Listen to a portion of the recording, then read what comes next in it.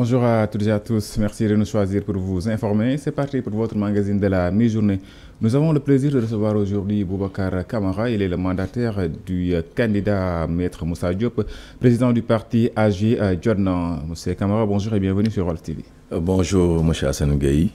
Je suis vraiment content aussi de votre invitation. Et donc, je remercie aussi le PDG de Walfadjri et l'ensemble des militants de AG Jotna et vos téléspectateurs qui nous regardent. Je fais aussi un bonjour et un encouragement à Maître Moussa Diop qui est au niveau de Rebeuss et vraiment aussi à ma famille et mes amis. Alors, Maître Moussa Diop, vous venez de le dire, est en détention. Comment il va? Dans quel état d'esprit il est? Oui, je l'ai rencontré hier. J'étais au niveau de la prison de Rebeuss vers 12h30. À chaque fois qu'il vous voit, il sourit, il est souriant. Il a même, je lui ai expliqué que maintenant, vraiment, vous avez un bon temps. Il me dit qu'actuellement, au niveau de la prison, il est en train d'écrire un livre. Et donc, ce livre-là, c'est dans le cadre non seulement judiciaire, mais aussi beaucoup de propositions qu'il doit faire dans l'administration sénégalaise, dans son fonctionnement. Aussi, vraiment, il a un bon moral parce que Maître Moussa Diop, il sait que là où il est actuellement, lorsque le juge d'instruction va l'appeler pour l'entendre au fond, il pense qu'il va le libérer. Alors, parlons donc de l'actualité politique qui est liée au parrainage pour les élections présidentielles. Votre cas est particulier. Votre candidat est en détention. Vous n'avez pas pu déposer un dossier qui a été, en tout cas, contrôlé par le Conseil constitutionnel qui vous a renvoyé votre dossier. Qu'est-ce qui s'est passé exactement au Conseil constitutionnel? Oui, ce qui s'est passé, si on vraiment regardait avec la CEDEAO ce qu'il a dit, la CEDEAO a dit qu'à 6 mois des élections, on ne doit même pas toucher à la constitution d'aucun pays membre de la CEDEAO. Maître Moussa Diop est candidat déclaré à l'élection présidentielle qui a reçu sa fiche de parrainage avec le numéro 118. J'ai son mandataire. Et donc, raison pour laquelle, lorsqu'elle a fait une déclaration à la veille des dépôts de candidature, ne serait-ce que pour ça, on ne devait même pas l'appeler pour ce qu'il a fait comme déclaration en accusant Macky Sall et Mimran. Et donc, c'est à cause de ça qu'on l'a interpellé. Et donc, on l'a interpellé et mis sous mandat de dépôt. Donc, il n'est pas fautif, il n'a encore commis aucun crime, ce qui veut dire qu'il bénéficie toujours de ses droits civiques. Donc, quand on est parti au niveau... Moi, je suis même venu ici au niveau de Walfadjri faire l'alerte le premier jour de son arrestation. Parce qu'il faut rappeler qu'il n'a pas encore été jugé. Voilà, jugé. Et donc, le premier jour de son arrestation au niveau de la sûreté urbaine, je suis déplacé jusque là-bas, voir le commissaire Bak qui m'avait dit que Maître Moussa Diop ne pouvait pas signer. Donc, nous, à cette période-là, il nous a même dit qu'on devrait attendre que Maître Moussa Diop va jusqu'au tribunal. Là, quand il sera placé sous contrôle judiciaire ou son dossier sera transmis à un juge. Et donc, ce juge-là aura la prérogative de vous donner l'occasion de pouvoir signer le chèque. Alors, donc, dès son interpellation, dès la convocation de Maître Moussa Diop, on l'interdisait de signer des papiers. Effectivement. Et que je voulais aussi juste préciser que Maître Moussa Diop est un homme de droit. Il a toujours respecté la justice sénégalaise. Raison pour laquelle, quand on a amené la convocation, l'adresse qu'on a mis sur la convocation, c'est l'adresse de la maison de son père, Secap Amitié. Maître Moussa Diop habite à Liberté 6 Extension. Et donc, pour ne serait-ce que ça, les gens doivent savoir que Maître Moussa Diop ne fait rien qui enfreint la justice. Et donc, je me suis déplacé. Donc, quand il a refusé, j'ai attendu jusqu'à ce que le procureur donne son dossier au juge du deuxième cabinet, le juge d'instruction, M. Seck. Et donc, je suis allé là-bas pour continuer la procédure.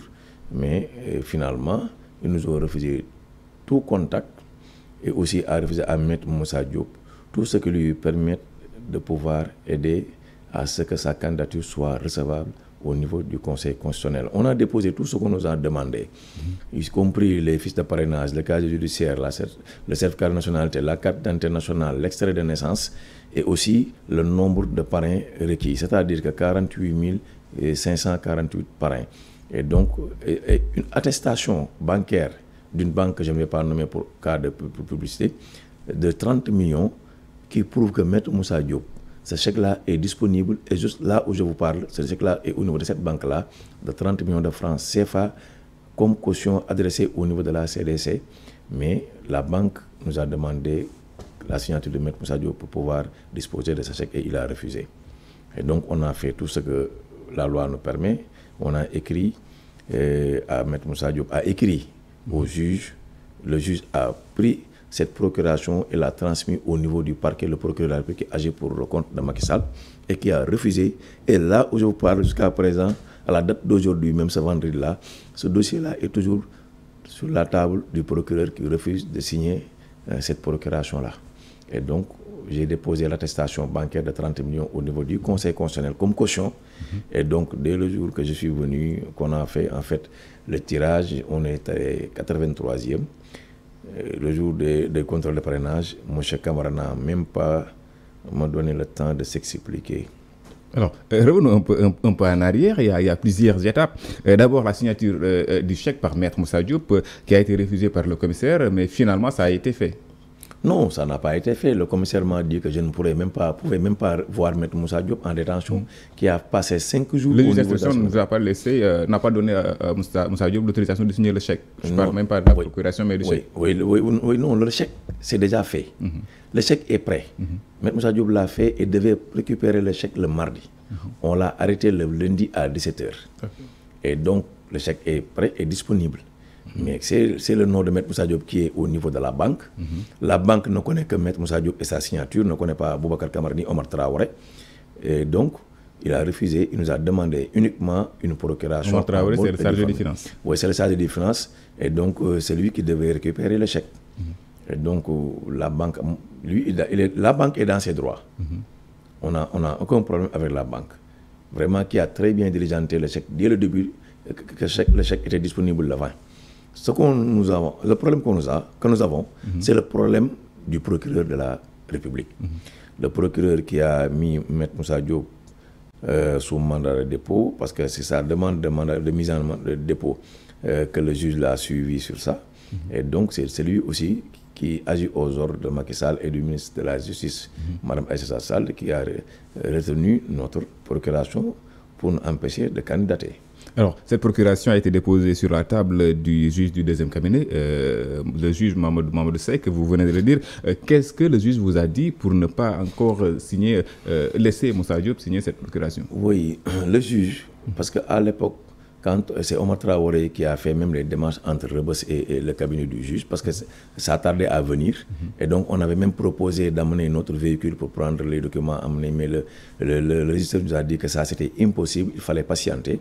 Et donc, Omar est allé patienter au niveau du bureau du juge. Et donc, chaque matin, il vient, le greffier lui dit, le document n'est pas encore de retour. L'après-midi, il y va. Jusqu'au jeudi, moi, je me suis déplacé moi-même, me présenter et lui dire que moi, je suis mandataire et j'attends ce document. Il m'a dit que c'est la même leçon, le document n'est pas encore de retour. Le procureur n'a pas donné son avis. Le vendredi, je me suis déplacé, la même chose. Dès l'instant qu'il voit que ce sont les agents de Moussa Diop, il dit non, le document n'est pas encore venu. Et donc, nous, on savait que vraiment ces gens-là tergiversaient avec nous pour ne pas qu'on se candidater. Et donc, j'ai dit que comme on ne pouvait pas récupérer le chèque, notre agent, nos cotisations de nos militants, de nos amis, de nos sympathisants. Donc, on n'avait aucune autre solution. On n'allait pas commander aussi de l'argent ailleurs. Et que Maître Moussa Diop, s'il a aussi de l'argent dans d'autres banques, il ne pouvait pas les récupérer. Et donc, nous, on a dit qu'il fallait déposer ce qu'on a, ce qui nous revient de droit, l'attestation bancaire où se trouve notre chèque, pour dire que vraiment, voilà notre caution. Alors, allons donc au Conseil constitutionnel. Vous êtes 83e après le tirage. Le jour des vérifications, qu'est-ce que Badio Camara, président du Conseil, vous a dit? Permettez-moi, Hassan, de dire, avant même Badio Camara nous appelle, c'était à notre tour, c'est qu'il y a un problème que les gens doivent savoir, tous les candidats. Et aussi, je pense que notre lutte doit aller dans ce sens-là. Pourquoi notre lutte doit aller dans ce sens-là? Le jour où on a déposé nos documents, c'est-à-dire que les casiers judiciaires, l'extrait de naissance, la nationalité, la carte d'identité nationale, tous ces documents-là, au niveau du greffe du Conseil constitutionnel, l'informaticien du Conseil constitutionnel récupère ta clé et met la clé dans la machine. Une machine qu'on a allumée. Vous ne connaissez pas en fait comment on a connecté cette machine-là. Et donc, lui, il manipule la clé. On ne sait même pas s'il y a quelqu'un d'autre aussi qui peut manipuler à distance. Parce que dans les entreprises que nous travaillons, on sait pertinemment qu'il y a quelqu'un qui a un ordinateur qui lui permet de travailler avec toutes les autres machines, qui a accès à toutes les autres machines. Donc ça, on devait refuser ça. Parce que si le gars, je ne dis pas que c'est ça qui existe, mais nous, on a aussi notre esprit qui travaille, qui prend cette clé et qui enregistre ces clés là où tu n'as pas accès et que vous partez. Mais il peut prendre les données du second et le mettre dans la clé du premier. Déjà, il y a des informaticiens, des mandataires qui disent que la machine en question fait une copie automatique. Voilà, une copie automatique. Et dès l'instant que le deuxième, ces données sont transférées dans les données du premier, forcément, vous allez avoir des doublons. Et donc, dès l'instant que aussi ils savent que le premier c'est telle personne, le 2, le 3, le 4, le suivant, ils le savent. Et donc, on a des problèmes. Tout le monde va avoir des doublons. Pourtant, on parle de dossiers scellés. Non, ce qui est scellé, c'est la clé après vérification. Parce que tu es là, le gars est en train de pointer, il te dit Dakar 9400 et quelques, tu écris Thiès tel pour dire que vraiment vous avez amené ça. Et que nous, en tant que mandataires, avons très bien fait notre travail. Le jour où on est venu, on a amené un tableau pour montrer le nombre de parrains qu'on a amené par région. Et donc là, si vous êtes d'accord, il n'y a pas de problème, il n'y a pas de souci. Mais la clé qui est là, dans la machine, et qui est enregistrée ou copiée, cette clé-là, si c'est fait là-bas, je pense que ce qu'on devrait faire, c'est très simple. Le jour où on est venu, on prend notre clé, on met ça dans l'enveloppe, on scelle ça. Et le jour de la vérification avec Badia Camara, tout le monde va avoir en fait l'occasion de se familiariser avec la clé et on sort. Si la clé est inexploitable, on dit que c'est vous. Si les données ne font pas en fait le minimum requis, on vous élimine. Mais prendre une clé, manipuler cette clé et dire que vraiment vous avez des doublons ou vous avez des gens qui ne sont pas enregistrés, qui vous a dit que ces données-là, on ne les pas exporté des données de la DAF, on ne sait pas. Donc moi je pense qu'on doit revoir ça, on doit le refaire. Vraiment. Alors, pour une transparence, je crois que moi je ne pense pas à ce qu'on appelle en fait la clarté de ces parrainages. Ça remet en cause la fiabilité du contrôle. La fiabilité, moi je ne crois pas à cela. Alors tous les candidats à la candidature ont subi le même sort, mais si on reste sur votre dossier de candidature, la clé a été vérifiée. Le jour du contrôle, qu'est-ce qui s'est passé? On n'a même pas vérifié. Nous, on n'a rien vérifié. Je suis venu, avant même que je m'installe, il y avait un gendarme qui te fouille partout comme si tu étais un assassin. On te met les trucs partout parce que tout simplement tu es avec Maître Moussa Diop. Je ne voulais pas m'énerver. Je suis venu dans la salle, je voulais être premier à monter les escaliers. Il m'a arrêté pour me dire que non, j'arrête. Parce que je le suis. Je lui ai suivi, j'ai monté les escaliers. Quand je venais, il m'a dit de m'installer là. Je me suis installé, accompagné de mon informaticien Omar Traoré. Et M. Badio Camara m'a dit, Boubacar, quand il pas prononcé mon nom, je ne suis même pas encore installé sur la chaise. Billahi wa ta'ala, ça je le jure, sur le Saint-Coran. Boubacar Camara m'a raté de Maître Moussa Diop, vous êtes venu le 25 déposer les papiers, etc. Et donc parmi ces papiers-là, on n'a pas vu une attestation de la CDC. Un document qui nous permet de vérifier vos parrainages. Et ce document-là manque, je ne vais pas vérifier vos parrainages, et donc je vous prie de vider la salle. C'est ce mot-là qu'il utilise, vider la salle. Je n'ai ni vu une clé, ni une enveloppe, rien vu. Tu es à 15 mètres de Badio Camara. La salle est pleine de monde. Tu es à l'extrémité. Tu es les gens de ministère de l'Intérieur et d'autres personnes que vous ne pouvez même pas identifier. Lui, il est là en face de vous, il vous dit ça. Et je me suis levé et lui ai posé la question. Quand est-ce que je peux avoir cette notification? Il m'a dit que, il m'a fait le signe avec la main, comme ça pour me dire, partez. Ultérieurement, vider la salle, vider la salle, vider la salle. C'est comme ça qu'il s'est fait avec nous. Nous sommes des humains. Il nous a vraiment... Vous nous parlez du Conseil constitutionnel, là? Oui, comme si c'était un tribunal. Mais le Conseil constitutionnel n'est pas un tribunal. On y va parce qu'on a des documents. Ce sont nos partenaires. On ne donne même pas le temps de s'expliquer. Je savais pertinemment que si j'allais faire encore 2 secondes ou poser une autre question, le gendarme qui était là à côté et qui faisait des pas venir, allait même m'arrêter ou bien me dire de me dégager de la salle, comme on a fait avec M. Lekelori. Et je ne voulais pas arriver là-bas parce que je suis un jeune. Je ne suis pas un vieux et j'allais vraiment me venir armer avec lui et ça, je n'allais pas le faire. Mais le règlement dit que le dossier doit être ouvert devant le mandataire. Est-ce que ça a été le cas? Non, on n'a pas vu une enveloppe. On n'a vu aucun document parmi les documents que j'avais déposés là-bas.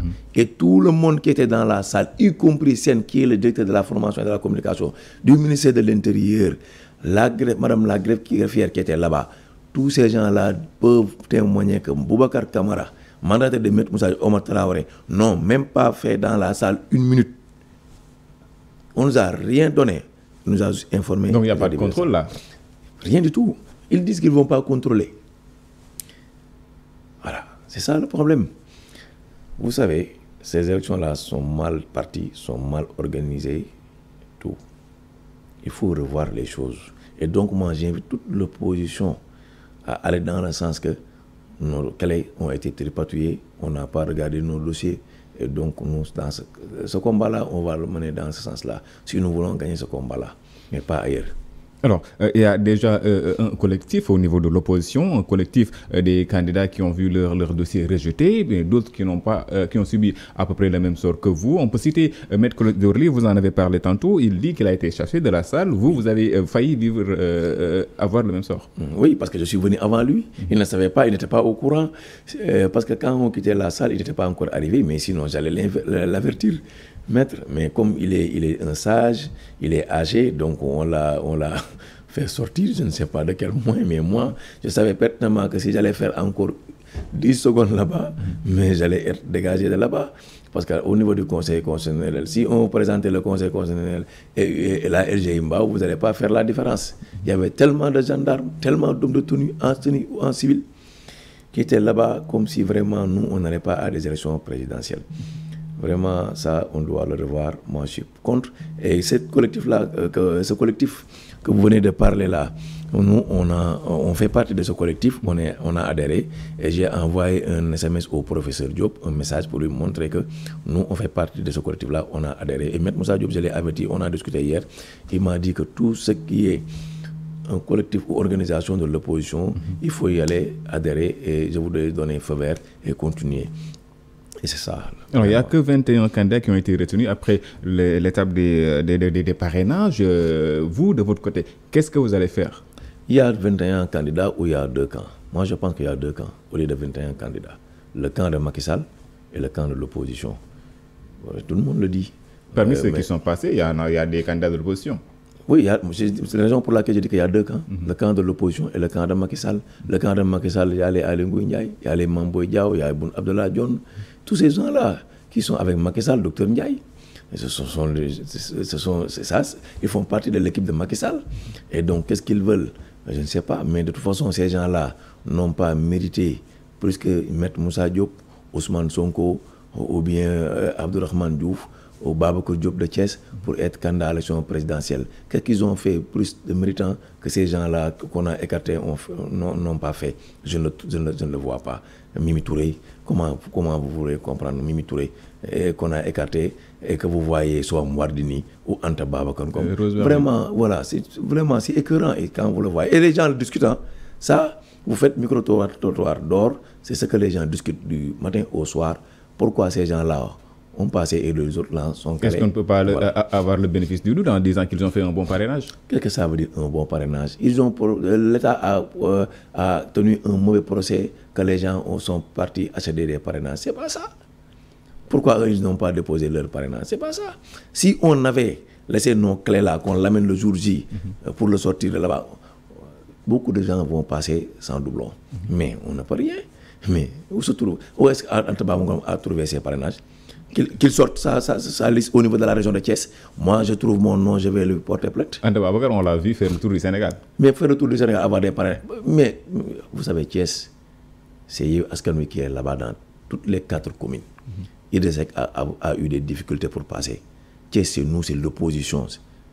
Et donc, il ne peut pas valider Thiès pour avoir 2000 parrains. S'il sort la liste de ses parrains à Thiès, elle va voir des gens qui vont le porter plainte parce qu'ils vont voir leur nom se figurer sur cette liste-là alors qu'ils n'ont pas signé. Ça, je le dis. Boubacar Camara, vous êtes mandataire de Maître Moussa Diop. Si on revient à votre candidature, qu'est-ce que vous allez faire? Déposer une requête, un recours au Conseil? Oui, normalement, le Conseil constitutionnel devait sortir la notification aujourd'hui ou plus tard demain. Donc, vous n'avez toujours pas de notification? Non, pas encore. Moi, je suis allé au niveau du Conseil constitutionnel le mardi. Et donc, j'ai trouvé Moucheba, greffier en chef. Je lui ai parlé gentiment et donc je lui ai demandé la notification. Il m'a dit que nous, on a juste sorti un communiqué. Et donc la notification le 12 ou le 13 de ce mois. Et donc, raison pour laquelle on a déjà écrit notre requête parce qu'on sait ce qui nous a bloqué. Et donc, on va déposer ça. Dès l'instant qu'il sort ça, le lendemain, nous, on est prêt. On l'a déjà fait. Il ne manque que la date. Et d'accord, on va déposer avec aussi l'attestation de l'huissier qui a notifié que le chèque de Maître Moussa Diop faisant office de caution est disponible au niveau de cette banque-là depuis le 20. Et le chèque est toujours là-bas. On a mis aussi la procuration que Maître Moussa Diop avait donnée au niveau de la banque. Avec son empreinte, et la banque a dit que la banque ne reconnaît pas l'empreinte, mais la signature. Et que la prison, tout ce qui peut sonner de la prison, c'est l'empreinte. Et donc, nous, avec ça, on a fait vraiment une requête avec des jurisprudences qui se sont passées ici, de Instance Sankaré et de l'Assemblée nationale avec Birame Souleye Diop, donc, où le Conseil constitutionnel avait dit que le constat d'huissier pouvait remplacer le document. Il l'a dit. Et donc, nous, on va amener ça. Et je pense qu'avec ça, il va accepter notre requête recevable, regarder notre parrainage, et donc, on nous permet, en fait, d'être candidat à l'élection présidentielle de 2024. Alors, d'ici le 20, le Conseil constitutionnel doit publier la liste définitive des candidats retenus pour cette élection présidentielle. Pensez-vous qu'il y a encore le temps pour vérifier vos parrainages? Mais ça fait que pour 5 minutes. C'est très facile. Vous savez, c'est informatisé. Il y a la clé, il y a les nombres, il y a Dakar, il y a tout. Juste, il faut lancer le processus de vérification. Et donc, on va voir si on a des parrains, on a des doublons, ou bien on a des candidats qui ne sont pas, des parrains qui ne sont pas dans le fichier. C'est tout simplement ça. Ça ne te prend même pas 5 minutes. Et donc, si on valide nos parrainages, mais on va être candidat, parce que Maître Moussa Diop, son cas judiciaire est bon, sa nationalité, il n'y a pas de problème, l'extrait de naissance aussi, pareil. Et donc, on va passer à l'élection présidentielle, on va être candidat. On garde toujours l'espoir. Alors, Boubacar Camara, avec tout ce qui se passe, tout ce que vous voyez dans ce processus-là, pensez-vous qu'on peut avoir une présidentielle crédible, transparente? Je l'ai dit dans une autre télé et en même temps la vôtre, une télé internationale, on me demandait ce processus-là, est-ce que vous croyez à la transparence? Mais ces élections-là, si on les organise dans cette situation-là, avec ces candidats-là, ce sera des élections non seulement non transparentes, mais il y aura des difficultés. Et que ce président de la République, il sera le président de la République le plus illégitime dans ce pays-là. Parce qu'on a écarté des candidats illégalement, mais aussi on a mal organisé le contrôle de parrainage pour que d'autres puissent accéder à être candidats, à être validés. Voilà, c'est ça. Merci à vous, Boubacar. Merci Hassan, je vous remercie. Je remercie aussi l'ensemble de vos auditeurs. Et aussi, je me félicite et remercie Maître Moussa Diop, je l'encourage. Mais aussi, permettez-moi aussi, Hassan, de dire une chose. La candidature de Maître Moussa Diop est en prison. Et là où je vais le dire. Un avocat fait partie d'un ordre. Un avocat, quand il doit être arrêté, il doit être arrêté par le procureur général auprès de la cour d'appel. Et donc, procédure à suivre. La procédure à suivre. Maître Moussa Diop est régulièrement inscrit au barreau de Paris, même après sa disponibilité, qui prit fin lorsque Macky Sall l'a démis de ses fonctions. Donc, il a repris son métier d'avocat à Paris. Et aussi, il est ici au Sénégal, dans le cabinet de Boubacar Wade. Et au niveau, sur le site des avocats au niveau du barreau de Paris, vous tapez, vous regardez Maître Moussa Diop. Donc, si Madiambal Diagne dit que Maître Moussa Diop n'est plus avocat, pour dire que la procédure est légale, ça, ce n'est pas la vérité. Et donc, il faut dire que Maître Moussa Diop est arrêté illégalement. Nous, c'est tout ce qu'on dit. La procédure n'est pas bonne. Et donc, il faut qu'on revoie ces procédures-là. Boubacar Camara, mandataire du candidat Maître Moussa Diop, président du parti AG Jotna, était notre invité dans ce magazine de la mi-journée. Merci à vous. Merci à vous aussi, amis téléspectateurs, pour la fidélité à Walf TV. Nous revenons après le journal pour la version Wolof.